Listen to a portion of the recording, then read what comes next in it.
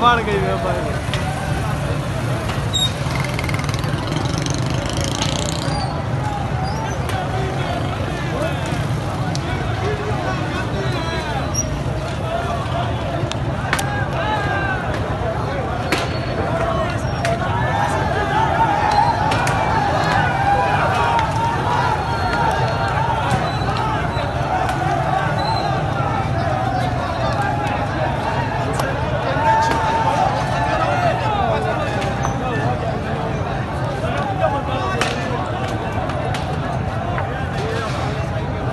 आप देख सकते हैं कि आवाम इस वक्त बहुत ज़्यादा मुश्किल है, बहुत अच्छे में है।